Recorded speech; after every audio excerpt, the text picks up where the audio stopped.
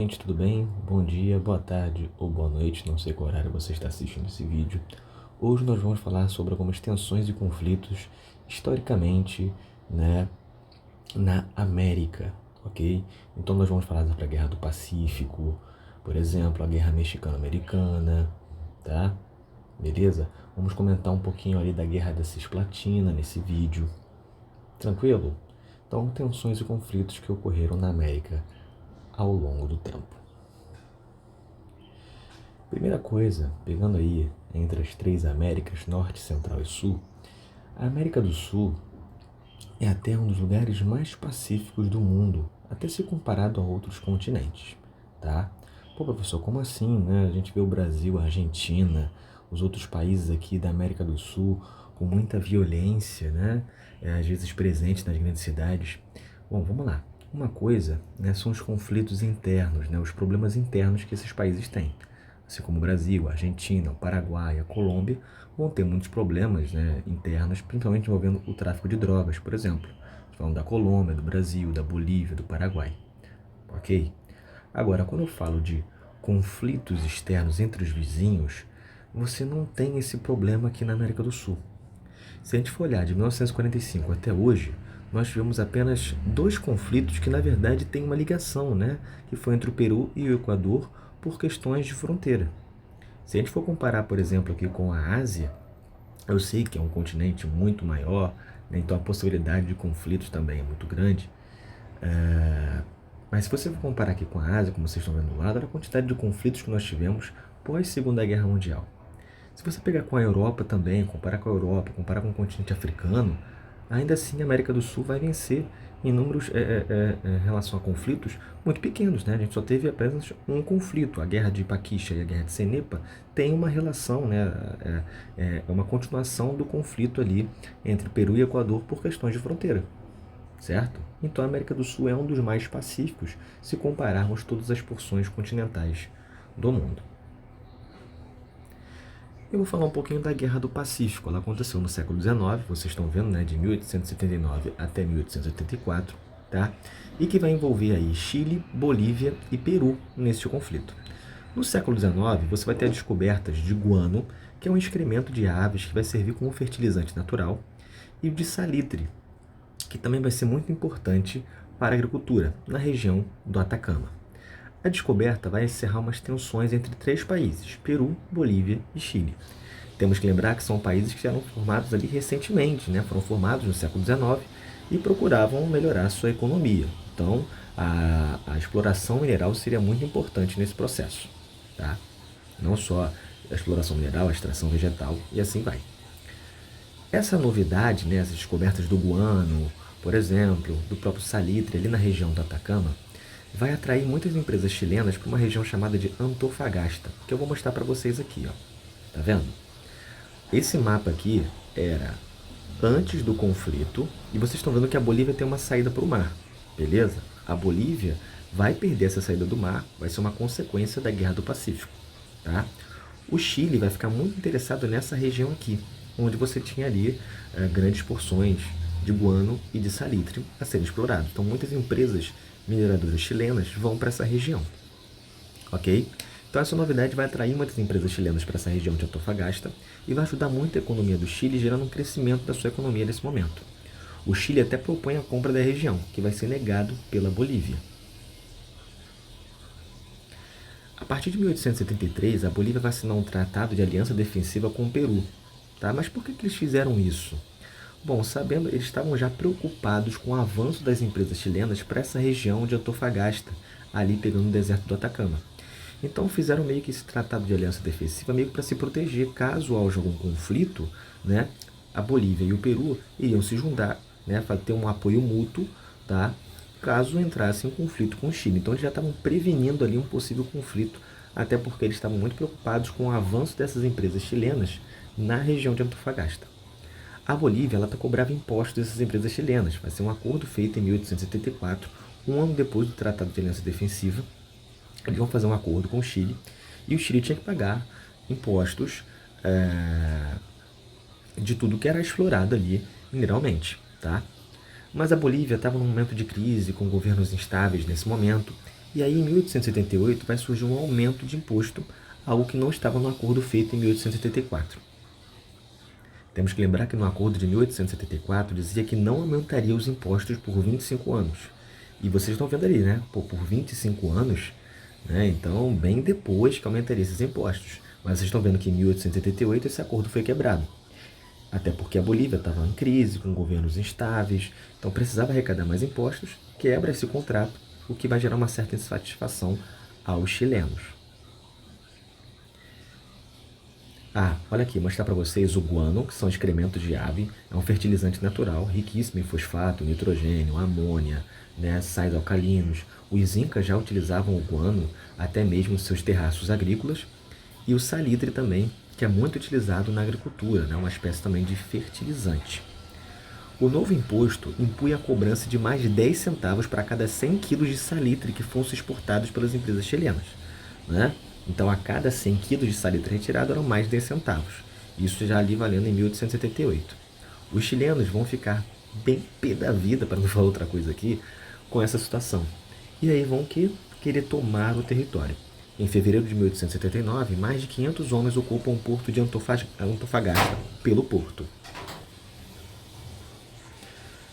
E aí começa essa briga, esse conflito, né? Em 1889, a Bolívia vai cortar relações com o Chile e vai declarar guerra depois dessa invasão. O Chile ele tinha uma superioridade bélica sobre a Bolívia e o Peru. Não é à toa que nesse conflito o Chile sai como vencedor, tá, gente? Tá? Você lembra do Tratado de Aliança Defensiva ali? Então a Bolívia e o Peru vão se juntar, após esse tratado tinha sido feito, né, anos atrás, tá? Mas ainda assim, vocês vão ver que por conta da superioridade bélica que o Chile tinha, né, eles acabam se rendendo. O Chile invade Lima, forçando uma negociação, ok? Então o Chile vai tomando todo o território. Antofagasta vai tomando ali outros territórios também, ó. Deixa eu mostrar para vocês, ó. A região de Tacna e Tarapacá, no Peru, tá? Mas depois vai ser devolvida em 1829 pelo Chile. Vocês estão vendo no próprio mapa, né? Antofagasta, Tarapacá, Tacna vão sendo tomados ali pelo Chile e eles chegam em Lima, no Peru, onde depois vai acabar sendo rendidos ali, né? Ambos vão se render, o Chile, após essa invasão, e vão forçar uma negociação. Só em 1904 a Bolívia vai fazer um acordo de paz e nesse momento que ela vai perder Antofagasta, a única região que tinha saída para o mar, tá? Beleza? É claro que até hoje, por não ter mais a saída para o mar, isso prejudica a Bolívia nas suas exportações, nas suas importações, muitas vezes tendo que passar pelo Rio da Prata, pelo Brasil, né? Então isso dificulta essa saída ali, não ter a saída para o mar, e a Bolívia questiona até hoje, né, na Corte Internacional de Justiça, né, para que tenha novamente, né, o acesso ao mar, que tenha de novo esse território, né? Então trava-se, né, uma disputa pelos dois países no Tribunal Internacional de Haia, né, com a Bolívia solicitando da Corte Internacional uma decisão que force o governo chileno a iniciar negociações para solucionar essa questão. Mas o Chile não quer conversar, diz que já foi resolvido lá atrás, em 1904, e o território pertence aos chilenos. Essa vai ser a consequência da Guerra do Pacífico, tá, gente? A Bolívia e o Peru perdem esse conflito, o Chile tinha uma superioridade bélica considerável, e o Chile, que já estava almejando esse território, até propôs uma compra do território e a Bolívia não quis perder esse território, como consequência acabou perdendo de qualquer jeito os bolivianos a região de Antofagasta, onde há uma grande exploração de guano e também de salitre, tá? Um outro conflito importante historicamente é entre Estados Unidos e México, tá? Em 1821, o México vai conseguir a sua independência, era a antiga colônia da Nova Espanha, beleza? E o território do México ia até a atual Califórnia e Texas. Deixa eu ver se eu consigo mostrar para vocês aqui, se tem algum mapa. Aqui, ó. Onde está o Texas, Califórnia, Novo México, tudo ali era território do México, ok? Pertencia ao México. Temos que lembrar que muitos que viviam ali no Texas eram estadunidenses, né? Além dos texanos que já falavam língua inglesa, não necessariamente eram estadunidenses. E eles buscavam a sua independência, ok? Em 1836, eles vão conseguir se separar do México, buscam a sua independência, e é claro que o México não vai reconhecer e vai declarar uma província rebelde, e vai declarar uma guerra ao Texas, tá? Mais à frente, depois do Texas conseguir a sua independência, virar até um país independente, eles vão buscar se anexar aos Estados Unidos. Eu vou falar já os motivos por que vai ser mais interessante ao Texas se anexar aos Estados Unidos. também vou contar para vocês por que o Texas queria se separar do México. Okay? Aí depois eu volto aqui nessa parte da política da marcha para o oeste. Aliás, eu falo sobre a marcha para o oeste no vídeo sobre Estados Unidos, influência política, econômica e militar aqui no canal. Bom, por que o Texas queria se independer? Aliás, a imagem aí da Batalha de San Jacinto, entre Texas e México, né? A questão cultural, né, local era muito diferente da mexicana. Tá? Então, primeiro ponto. O segundo ponto, eles diziam que tinha uma falta de autonomia que o governo mexicano não estava dando para essa região. Eles focavam muito mais na cidade do México, esquecendo as outras regiões. E alguns texanos queriam manter a escravidão, né? E o México já havia abolido nesse momento. Tá? Então, isso foram os pontos importantes para esses texanos, né, queriam se depender do México.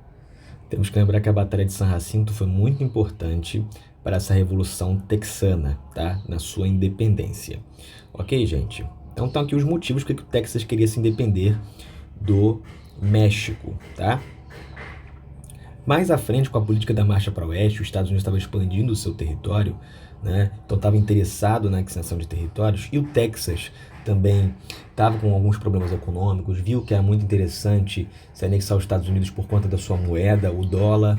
Então vai ser meio que um útil e agradável ali dos dois lados, e o Texas vai acabar se anexando aos Estados Unidos. E aí inicia uma rivalidade agora com o México. O México tinha perdido no conflito Texas e México, né? E vendo que depois o próprio Texas, que queria sua independência, vai buscar se anexar aos Estados Unidos, o México não vai querer, não vai aceitar isso muito bem, não.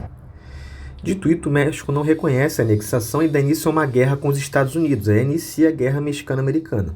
Mas os Estados Unidos, né, nesse conflito, tomam a cidade do México, e em 1848 os mexicanos vão se render e vão perder os seguintes territórios. Lembrando que o México, se não me engano, tinha uma dívida também grande com os Estados Unidos, então foi meio que uma troca também, né? Os Estados Unidos perdoou algumas dívidas que o México tinha com os Estados Unidos, né?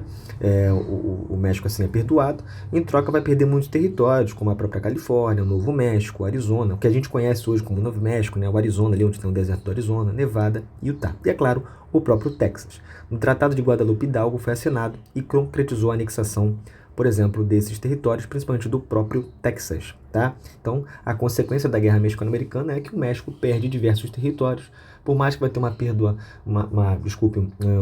perdão, né, de uma dívida que o México também tinha com os Estados Unidos, tá? Claro que entrar um conflito com os Estados Unidos, com a ideia da política da marcha para o oeste, né, de expandir o seu território, não pode ter sido uma boa coisa para os mexicanos, e eles acabaram perdendo esses seguintes territórios, principalmente o próprio Texas, tá, gente?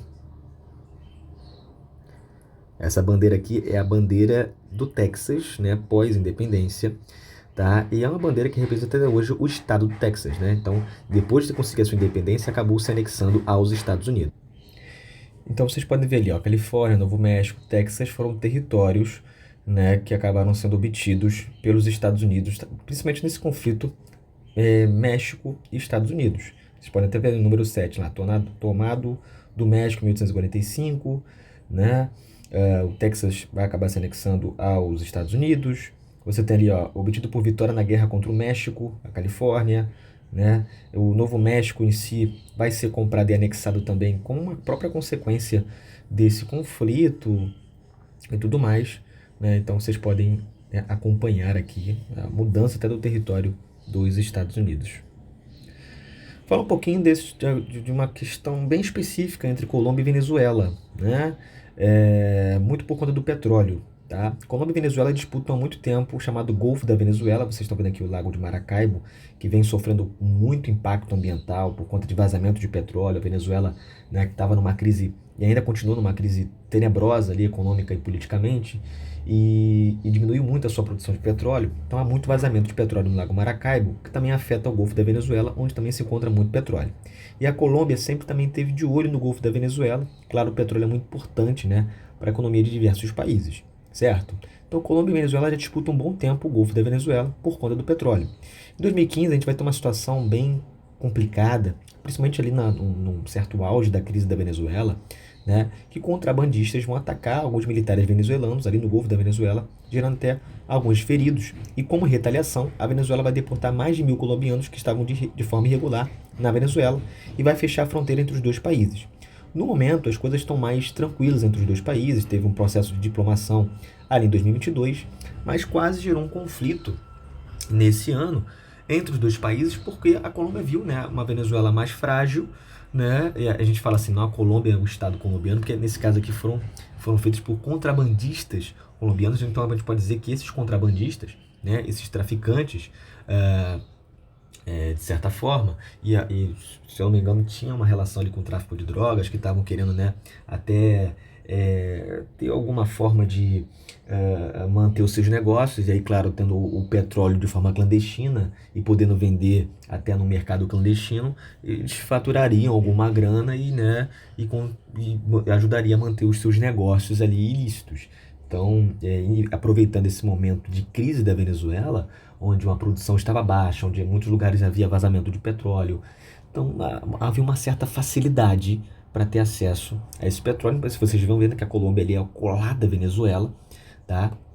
E essa região ali, entre o Golfo da Venezuela e o Lago de Maracaibo, há muito petróleo, né? Mas não gerou um conflito que foi assim, além, né? Um conflito entre os dois países por conta disso, né? Em 2022, retomaram relações ali, em agosto de 2022, e as coisas ficaram mais calmas entre os dois países por conta dessa questão em específica, tá? Ali, ó. Já a Venezuela com o Brasil é a questão da migração, né? Muitos venezuelanos vêm procurando o Brasil, principalmente estão ali no estado de Roraima, que recebeu muitos venezuelanos por conta da sua crise, tá? A cidade de Pacarema aqui foi que mais recebeu venezuelanos nos últimos anos. E a gente teve algumas situações conflituosas entre os civis, né? Muitos venezuelanos sofrendo xenofobia, né? Em relação aos brasileiros, muitos brasileiros tentando expulsá-los dali, dizendo que eles estavam trazendo segurança, desemprego, e nós tivemos algumas situações até conflituosas entre brasileiros e venezuelanos ali na fronteira.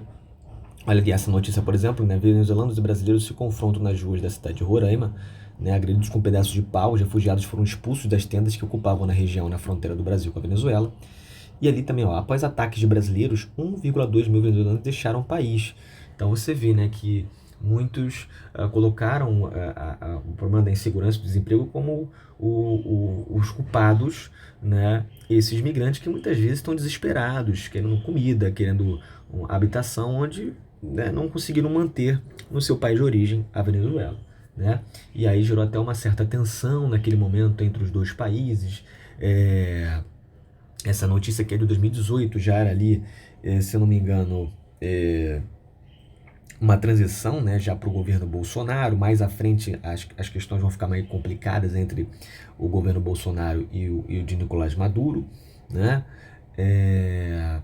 Mas ainda assim, muitos venezuelanos receberam assistência na região, né, conseguiram emprego, outros foram para outras regiões do país, né, até mesmo indo para São Paulo, para o Rio de Janeiro, né, para conseguir emprego e melhorar a sua vida se comparado à Venezuela. Temos que lembrar que a Venezuela nos anos 80 era o país mais rico da América do Sul, muito por conta do petróleo, né? Então olha que ponto chegou a Venezuela, muito por conta dessa crise política e econômica, que aliás eu falo aqui num vídeo sobre a América do Sul, o que gera essa crise, né? Os principais motivos que geram essa crise da Venezuela. E aí a gente chega no nosso último ponto, que fala sobre o Uruguai, né, que já foi a Cisplatina, já foi uma província do Brasil Império, e que na verdade foi anexado um ano antes do Brasil ser independente, tá? Foi em 1821, o Brasil ainda fazia parte do Reino de Portugal, tá? E aí, em 1822, o Brasil consegue a sua independência, e a partir desse momento, dessa transição, nós temos também a Cisplatina, uma província que pertence ao Brasil, não por muito tempo.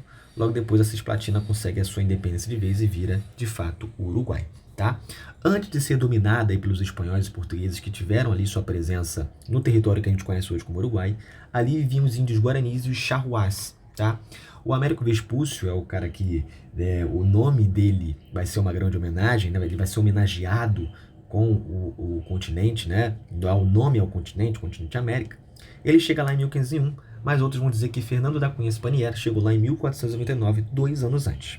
Nós temos que lembrar que os espanhóis vão ocupar uma parte, em 1603, dessa região ali do Uruguai, focando muito na pecuária, tá? Mas os portugueses também chegam ali na chamada Colônia do Sacramento, que é até muito próxima ali do que vai ser Montevidéu, que vai ser fundada depois pelos espanhóis, né? Vendo esse avanço dos portugueses na região, os portugueses estavam com muito foco também no processo de catequização de muitos indígenas que viviam ali, muitos guaranis, né? Então, os portugueses chegam em 1680 nessa região, na colônia do Sacramento, e não é à toa que tempos depois os espanhóis preocupados com esse avanço dos portugueses, né? E você vai ter uma certa tensão até entre portugueses e espanhóis nessa região. Eles vão fundar a cidade de Montevidéu em 1726, perto do Rio da Prata, até para conter o avanço dos portugueses. Então, você vai ver que essa região ali, né, da antiga Cisplatina, hoje atual Uruguai, e que ainda não era Cisplatina nesse momento, tá? Vai ser disputada entre os espanhóis e os portugueses, certo? Olha aqui para vocês terem uma ideia, Montevidéu ali, né, no Rio da Plata, Rio de la Plata, o Rio da Prata, que na verdade é um estuário, né? É uma saída ali para o mar, tá? Em 1786, Portugal e Espanha vão entrar em um acordo e agora o território do Uruguai faz parte do vice-reino do Rio da Prata. Então, depois das animosidades entre os dois países, entre Portugal e Espanha, eles entram em um acordo em 1776, tá? E agora o que a gente ainda não conhece como Uruguai vai fazer parte do vice-reino do Rio da Prata. Em 1811, né, insatisfeito, né, com a governança local ali, né, o José Artigas, que é um dos libertadores da América, vai iniciar a luta por independência, né, do território do Uruguai, que a gente conhece como parte agora do vice-reino do Rio da Prata, né, que depois também vai se desmembrar em Argentina e Bolívia, certo? Ele achava o poder muito concentrado em Buenos Aires, né, então o foco era muito mais em Buenos Aires e esqueciam as outras cidades ali que faziam parte do vice-reino do Rio da Prata, né, as outras províncias. Melhor dizendo, as outras províncias, né? Até porque cidade e província são coisas diferentes. Então ele achava que na província de Buenos Aires, né, os espanhóis, né, eles focavam muito mais nessa região e as outras regiões eram deixadas de lado, né?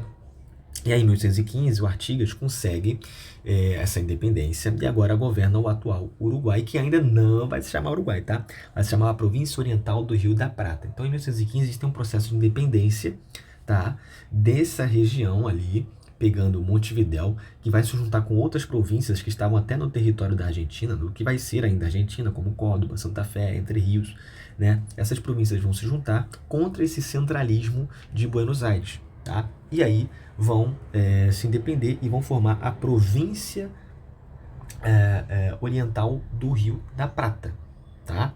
Beleza? Okay? Então, o José Artigas ele consegue independer aquela região do Uruguai, juntando até com outras províncias, e cada um vai ter a sua autonomia naquele momento, tá?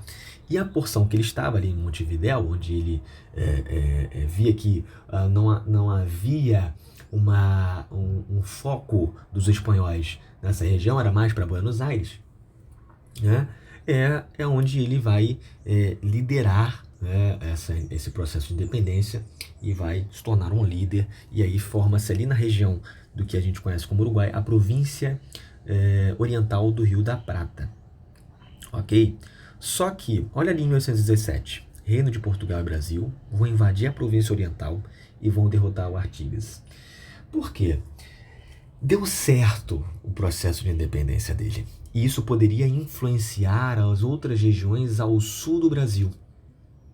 Então isso era perigoso, né? A gente também vai ver alguns processos de revoltas ocorrendo no sul do Brasil no século XIX.